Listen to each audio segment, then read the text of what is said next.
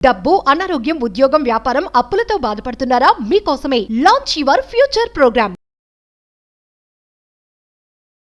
నమస్తే రమ్మగారు. నమస్తే జయ. ఏదైనా మంచి కథ ఒకటి చెప్పండి. 3 కళలు చెప్దాం. 3 కళలు. కళలు. పూర్వం ఒక రాజుగారు, సుదర్శనుడు అని ఒక రాజుగారు ఉండేవారు. ఆయన చాలా మంచివాడు. ఆయనకి యోగులు, సన్యాసులు వాళ్ళు అంటే చాలా ప్రీతి. జడదారులు వాళ్ళంటే భలే ప్రీతిగా, చాలా సంతోషంగా ఉండేవాడు. వాళ్ళు వస్తే వాళ్ళని పాదపూజ చేయటము, తమ దగ్గర అట్టు పెట్టుకోవటము, వాళ్ళకి వలసినవి కావాల్సినవి చేయటం, ఎక్కడికైనా ఏదైనా ఏర్పాటు కావాలంటే చేయటం. చాలామంది రాజులు అలా ఉండేవాళ్ళు. అవును. యోగ పుంగవుల మీద ఎక్కువ ఆసక్తిగా ఉండేది. అయితే ఒకసారి ఏమైందట, ఒక జడదారి ఒక ఆయన వచ్చాడు. వస్తే రాజుగారు ఆయన్ని విశేషంగా సేవించాడు. సేవిస్తే రాజుగారి సేవలకు ఆయన సంతోషించి ఏదైనా ఒక మంచి మాట చెప్పాలని, రాజా నీకు 3 చెడు కళలు రాబోతున్నాయి, దుస్వప్నాలు వస్తాయి నీకు. అవి 3 రోజులు వరుసగా చెప్పాడు. ఈ 3 రోజుల్లో నీకు 3 చెడు కళలు వస్తాయి, అప్రమత్తంగా ఉండు ఆ కళల విషయంలో, నువ్వు జాగ్రత్త అని చెప్పాడు. అయితే వెళ్ళిపోయిన తర్వాత ఆయన 2వ రోజు, 3వ రోజు, 4వ రోజు చెప్పాడు. ఈయన కంగారు పడ్డాడు. ఇలాంటి మహానుభావులు ఒట్టి మాటలు చెప్పరు. చెప్పిన మాట ఖచ్చితంగా నిజమైండు, నిజం అవుతుంది. ఎన్నోసార్లు చూసాం. ఎట్లా చెడు కళలు రాకుండా తప్పించుకోవాలి. మనకి దుస్వప్నం అంటే మనకే పిడకలంటే చచ్చే భయం. అవును, పిడకలు వస్తాయని భయపడతాం. బాత్రూమ్కి వెళ్ళి కాళ్ళు కొడుకోపోతే పిడకలు వస్తాయి అని కేకలేస్తాం పిల్లల్ని. భయం కదా. పైగా అదేంటి, ఆ పూట నిద్ర చెడ్డం కాదు, ఆ భయం వెన్నాడుతూ ఉంటుంది, మనం వెంటాడుతూ ఉంటుంది అనమాట. అయితే ఈయన ప్రతి వాళ్ళు మంత్రులు అందరూ ఏం సలహా చెప్పారు. ఒక పెద్ద మంత్రి గారు ఉన్నారు, మృత మంత్రి. ఆయన ఏమన్నాడంటే, మీరు పగలల్లా పడుకోండి, రాత్రి కాస్త సంగీతము, గాన భజానతో కాలక్షేపం చేస్తే నిద్ర పట్టకుండా ఉంటుంది, సరిపోతుంది. అప్పుడు కళ రాకుండా మనం అవాయిడ్ చేయొచ్చు ఓరి అని చెప్పాడు. చెబితే సరే రాజుగారు ఆ రోజు పగలల్లా బాగా నిద్రించి సుఖంగా పడుకుని బాగా సాయంకాలం దాకా రెస్ట్ తీసుకుని సాయంకాలం వీధుల్లోకి దిగాడు. రాత్రి ఆయన ఏదో సంగీతం కచేరి అది వింటున్నాడు, కానీ మధ్యలో ఇట్లా కునుకు పట్టేస్తుంది.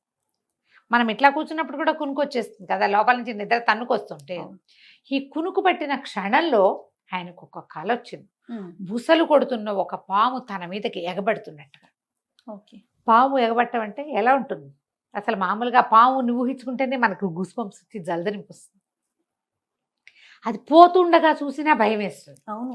అది ఎదురు తిరిగితే ఇంకేమైనా ఉంది, మీదకి దూకుతున్నట్టు వచ్చింది కళ. అడిలిపోయాడు ఈయన. సరే అయిపోయింది, వెలుగు వచ్చేసింది, గుర్తొచ్చేసింది, గుర్తొస్తోంది, భయం వేస్తోంది. సో 2వ రోజు కూడా ఇలాగే పగలు నిద్రపోయి రాత్రి చాలా చిన్న నిద్ర, ఆకాశం నుంచి పిడుగు పడుతున్నట్టు తన మీద. ఆ పిడుగు నుంచి తప్పించుకోవడానికి తను అటు ఇటు పరిగెడుతున్నట్టు, పిడుగు పడిపోతోంది, కనపడుతోంది. అయినా సరే పిడుగు తన వెంటే పడుతున్నట్టు కలొచ్చింది. ఏం చెయ్యాలి? 3వ రోజు కూడా ఇలాగే చిన్న నిద్ర. ఈ చిన్న నిద్రలో ఆయనకి ఏం కలొచ్చిందంటే, ఎర్రగా రక్తవర్ణంలో ఉన్న నీళ్లు, రక్తమేనేమో అది, తనందులో మునిగిపోతున్నట్టు. నెత్తుట్లో మునిగిపోతుంది. ఆ కూతురు మణిమేఖల యువరాణి, ఆ అమ్మాయి చేతులు పుచ్చుకొని తన్ని బయటికి లాగుతున్నట్టు కలొచ్చింది. 3 కళ్ళు.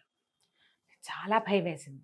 ఏ జడదారైతే నీకు కళ్ళు వస్తాయి జాగ్రత్త అని చెప్పాడో ఆయన వెళ్ళిపోయాడు. ఇది చెప్పేవాళ్ళు ఎవరు లేరు. అక్కడి నుంచి ఈయన ఆలోచిస్తున్నాడు, వాళ్ళని అడుగుతున్నాడు, వీళ్ళని అడుగుతున్నాడు, ఏమీ తెలియటల్లా. ఇంతలో ఏమైందంటే, ఒక శంకరం అని పేరు ఏదో మారినట్టుంది, నాకు గుర్తులేదు, లేదా మహేశుడు అనే ఒక అతను వచ్చాడు. ఏం చెప్పాడంటే, మహారాజా నేను చాలా తెలివి గలవాడిని, నా తెలివిని ఎవ్వరూ గుర్తించట్లా. మీరు గనక నా తెలివిని గుర్తిస్తే నేను ఈ రాజ్యంలో ఉండి మీకు ఏదైనా మేలు చేస్తా, లేకపోతే నేను హిమాలయాలకు వెళ్ళిపోదలుచుకున్నాను అని చెప్పాడు. దీని మీద అని కాదు, మామూలుగా సభల్లో చాలామంది వాళ్ళు వీళ్ళు వస్తుంటారుగా, ఇది నడుస్తూనే ఉంది. ఈ 3 కళలకి అర్థం ఏమిటి అనేది ఎవరు చెప్పలేకపోయారు.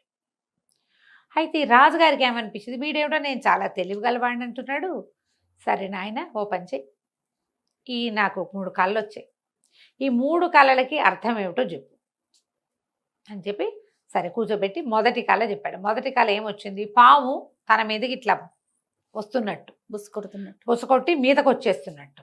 ఇతను ఏమో ఆలోచించి ఏం చెప్పాడంటే, పాము మీదకి రావడం అంటే పాము దేనికి ప్రసిద్ధి? పగకి ప్రసిద్ధి. మీ మీద ఎవరో పగబట్టిన వాళ్ళు రాబోతున్నారు, ఇది ప్లాన్ చేసుకోండి, చెయ్యండి అనగానే అప్పుడు ఎవరికి మన మీద పగ ఉంది అని పాత ఇవన్నీ లిస్ట్ అంతా తీసారా? లిస్ట్ అంతా తీశారు. తీస్తే ఆ రోజుల్లో భైరవుడు అనేటువంటి ఒక గజదొంగ ఉన్నాడు. వాడిని మొత్తం గుంపునంతా పట్టేశారు. వాడిని చాలా కట్టడి చేశారు. బందిపోటు దొంగ, దారి దోపిడీలు అవి చేసేవాడు. వాడిని చాలా తీవ్రమైన శిక్షలు విధించి ఉంచారు. వాడు తప్పించుకున్నాడు. వాడి మీద దీని మీద కూడా, వాడి తల మీద కూడా 1,00,000 వరహాలో 50,000 వరహాలో బహుమతి కూడా ఉంది. ఇప్పుడు మొత్తం అంతా అప్రమత్తం చేసి సైన్యాన్ని ఆ భైరవుడు ఎక్కడున్నా పట్టేయమన్నారు. ఆ భైరవుడి కోసం ఎంతో ప్రయత్నం చేసి చివరికి ఆ భైరవుడిని వాడి ముఠాని మొత్తాన్ని పట్టేశారు. అంతా దొంగతనాలకి ఏర్పాటు చేసుకుని ఉన్నాడు వాడు. అయితే ఆ భైరవుడిని తీసుకొచ్చి విచారించినప్పుడు వీళ్ళకి ఏం తెలిసింది రాజుగారికి, ఆ భైరవుడు తను ఏ రోజైతే పథకం వేశాడో దోపిడీకి, ఊరంతా ఒకేసారి అన్ని చోట్ల అన్ని బ్యాంకుల్లోనూ దొంగతనాలు చేయటాలు అలాంటి ప్లాన్లు చేస్తారు కదా, అలాంటి ప్లాన్ ప్రకారం చేసేటప్పుడు రాజుగారికి అంతఃపురంలోకి ఒక పావుని పంపడానికి ప్లాన్ చేసుకున్నారు. అన్ని ఏర్పాటైనాయి. పాము కూడా సిద్ధంగా ఉంది. ఏ రోజైతే వాళ్ళు ముహూర్తం పెట్టుకుంటారో ఆ రోజు రాజుగారి అంతఃపురంలోకి పాము వస్తుంది. ఆయన మీదకి పాము రావటం ఏంటి, వీళ్ళంతా ఏమవుతారు, అంతఃపురంలో ఈ సైనికులు గీనికులు అంతా పాము వ్యవహారంలో ఇద్దులో పడిపోతారు. వాళ్ళకి ఊరి మీద దృష్టి ఉండదు.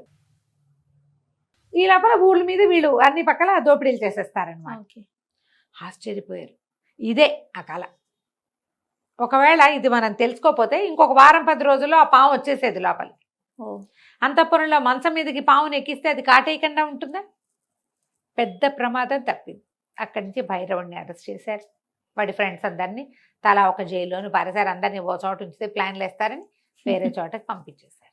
అక్కడి నుంచి రాజుగారు నువ్వు నా మొదటి కళని బాగా ఇంటర్ప్రిట్ చేశావు, రెండో కళ సంగతి చెప్పమన్నాడు. ఏమిటి రెండో కళ? పిడుగు పడుతున్నట్టు. అయితే ఇతను ఏమన్నాడంటే అకస్మాత్తుగా జరిగిపోతుంది అనమాట. పిడుగు ఎట్టా పడుతుంది, అదట మనం చూస్తుంటే ఇటా పడుతుంది, పడదు, ఢామని పడిపోతుంది, ఉరుముతుంది. అవును, ఉరు వెంబటే పిడుగు. సడన్ గా మెరుపు, పిడుగు. మెరుపులు కూడా ఎట్టా వస్తాయి, ఉన్నట్టుండి కదా వచ్చేది. అకస్మాత్తుగా ఏదో జరగబోతోంది మన మీద. అకస్మాత్తుగా రాజ్యాల మీద, రాజు మీద ఏం జరగచ్చు, ఎవరైనా పరాయి రాజు మన మీదకి రావచ్చు, యుద్ధం, దీనికోసం వెతకండి అన్నాడు. అనేసరికల్లా ఇతను ఏం చేశాడు, సరే గూఢచారి వ్యవస్థ అందరినీ ప్రశ్నించాడు. ఎక్కడి నుంచి అయినా మనకి ఏదైనా థ్రెట్ ఉందా, అభిజ్ఞ వర్గాల భోగట్ట అలాంటివి ఏదో అంటారు కదా, ఏదో అంటారు దాన్ని. ఇప్పుడు మనకి సినిమాల్లో బాగా వినపడుతూ ఉంటాయి. మనకి థ్రెట్ ఉంది అనేది తెలుస్తూ ఉంటుంది. ఇంటెలిజెన్స్ రిపోర్ట్ ప్రకారం చూస్తే కోసల రాజ్యం, వీళ్ళ రాజ్యానికి పక్కనున్న రాజుగారు, నిజానికి ఇది చిన్న రాజ్యం, అది చాలా పెద్దది, వాళ్ళు తెంచుకుని వీళ్ళ మీద పడబోతున్నారు. తెలిసిపోయింది ఇది రాబోతోంది. ఇది ఎట్లా తెలిసింది, వాళ్ళు చాలా సింపుల్గా ప్రయత్నాలు చేసుకుంటున్నారు. ఎక్కడికి వెళ్తున్నారో కూడా సైనికులు కూడా తెలియకుండా ఉంచారు. లోపలి గుట్టు తెలుసుకున్న ఇంటెలిజెన్స్ వర్గాల వల్ల వీళ్ళకి ఏమర్థమైంది, వాళ్ళు ఏదో ఒక రోజు వచ్చి పడిపోతారు మన మీద, ఒక్క రోజులో తమని జయించేయగలరు. ఇప్పుడు వీళ్ళు సైన్యాన్ని సమాయత్తం చేసుకోవటం మొదలుపెట్టారు. రాజుగారు ఇది కూడా సరిగ్గా చెప్పు, మూడో కళ ఏంటో చెప్పు. మూడో కళకి బాగా ఆలోచించాడు. రక్తంలో నెత్తుట్లో మునిగిపోతున్నట్టు, ఆ మునిగిపోతుంటే కూతురు వచ్చి చేతులు పుచ్చుకు లాగుతున్నట్టు, నెత్తురు ఇది వరద. అక్కడి నుంచి ఆయన అన్నాడు, బాగా ఆలోచించి, ప్రభు మీరు సరిగ్గా ఆలోచిద్దాం దీని మీద. మీరు ఇప్పుడు యుద్ధం జరగాలి, వాళ్ళు వచ్చి పడతారు, వాళ్ళదేమో 1,00,000 మంది సైనికులు ఉన్నారు, మనకు ఒక 30,000 మంది ఉన్నారు, మనం ఓడిపోవటం ఖాయం. మన వాళ్ళల్లో 90% చచ్చిపోతారు, అంతా నెత్తుటి వరదే, ఆ వరదలో మునిగిపోబోతున్నారు మీరు. కళ ప్రకారం ఏమిటి, యువరాణి వచ్చి చేతులు పుచ్చుకు లాగుతున్నట్టు. ఇప్పుడు కూడా యువరాణి వచ్చి మనల్ని రక్షించగలరు. ఎలాగా? యువరాణి మహాద్భుత సౌందర్యవతి, 16 సంవత్సరాలు, ఇంకా వివాహం కాల. మనం ఒక పని చేద్దాం, ఇవన్నీ మన పొరుగు దేశపు రాజుగారికి రణార్ణవుడికి విద్యాధరుడని అందమైన కుమారుడు ఉన్నాడు, ఇంకా వివాహం కాలేదు. మణిమేఖల అమ్మాయిని వాళ్ళకి ఇద్దాం. అమ్మాయి ఇచ్చి రక్షిస్తోంది కల్లో మిమ్మల్ని. ఇప్పుడు కూడా మనం అమ్మాయిని వాళ్ళకి ఆఫర్ చేశామనుకోండి, రాజ్యం ఎలాగో మనకు ఒకతే పిల్ల, మన రాజ్యం వాళ్ళదే అవుతుంది, నెత్తురు తప్పిపోతుంది. ఈ నెత్తుటేట్లో నుంచి మిమ్మల్ని అమ్మాయి రక్షించిన కళకి అర్థం ఇది. ఇలా చేద్దాం అనగానే ఈయన వెంటనే పక్కన నా కోసల రాజ్యాన్ని రణార్ణవుడు ఆయనకు ఉత్తరం రాశాడు. మన నా కుమార్తె ఫలానా అద్భుత సౌందర్యవతి, ఇదిగోండి ఫోటో, మా పిల్లని పెళ్లి చేసుకోండి మీ అబ్బాయికి ఇచ్చేది. ఆ ఫోటో వెళ్ళేసరికి అలా చిత్తరువులు పుచ్చుకుని వాళ్ళు ఊరికే ఒకటి రాడు, బోళ్ళంత మంది వస్తారు, చాలామంది వస్తారు. ఈ ఫలానా రాజ్యం నుంచి, చిన్న రాజ్యం కదా ఇది, ఈ చిన్న రాజ్యం నుంచి ఏమిటో వచ్చినాయనగానే ఆ ఫోటోలు చూడడానికి అందరూ తయారయ్యారు. పటాలు చూసేసరికి అబ్బో ఎంత బాగుంది అమ్మాయి, ఎంత బాగుంది, యువరాజు పక్కన ఎంతో బాగుంటుంది అన్నారు. యువరాజు కూడా ఆ పిల్లని చూసి కాస్త ప్రేమలో ఆకర్షణలో పడ్డాడు. ఇప్పటిదాకా రాజుగారికి ఏమనుంది, రణార్ణవుడికి ఈ రాజ్యాన్ని జయించాలని ఉంది.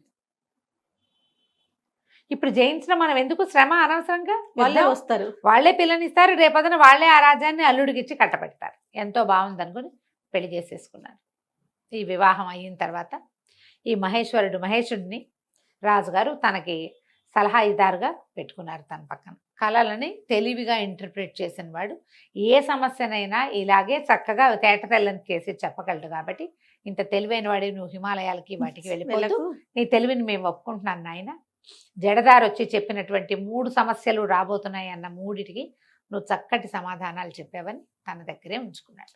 కథ కంచికి మనం ఇంటికి. నమస్తే. నమస్తే జయ.